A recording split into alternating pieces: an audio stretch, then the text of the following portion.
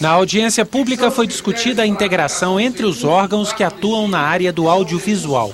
O diretor-presidente da Ancine, a Agência Nacional do Cinema, explicou que, além de fomentar a produção nacional, a agência regula o setor. Nós administramos as filmagens estrangeiras realizadas no país, fixamos critérios para a aplicação dos recursos da Condecine, que são os recursos que alimentam o Fundo Setorial do Audiovisual, além de administrar o conjunto das obrigações que a Lei 12.485 trouxe, tanto em relação ao mercado publicitário, quanto em relação às relações de coligação e controle entre as empresas que atuam no mercado audiovisual. O conselheiro da Anatel, a Agência Nacional de Telecomunicações, afirmou que não há divergências entre as duas agências.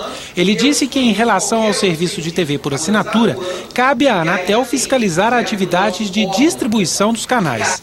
Mas a agência também regula o conteúdo em áreas distintas da Ancine. A partir do momento que a Agência Nacional de Telecomunicações tem a obrigação de garantir, por exemplo, o must carry, que é o dever do carregamento dos canais obrigatórios, nós estamos falando inclusive de canais públicos ou de canais estatais, de alguma forma a agência dialoga com essa visão de garantir o acesso daquele usuário final a um determinado tipo de conteúdo que o legislador estabeleceu. Os membros do Conselho de Comunicação Social perguntaram sobre os resultados da lei que estabeleceu um conteúdo nacional mínimo para os canais de TV por assinatura.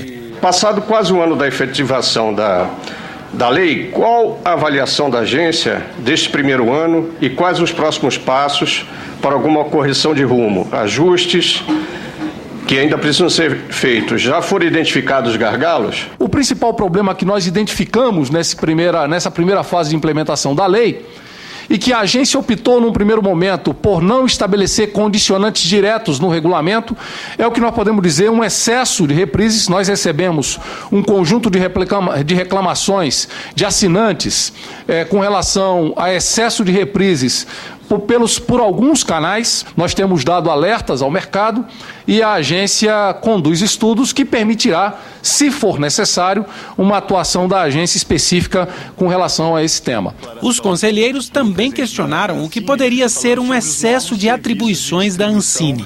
Levantamos algumas questões, por exemplo, com relação à dupla função da Ancine enquanto agência reguladora e agência de fomento. O mercado audiovisual no mundo, nos diversos países em que se construiu mecanismos, nos estados nacionais, de estímulo à atividade cinematográfica e audiovisual,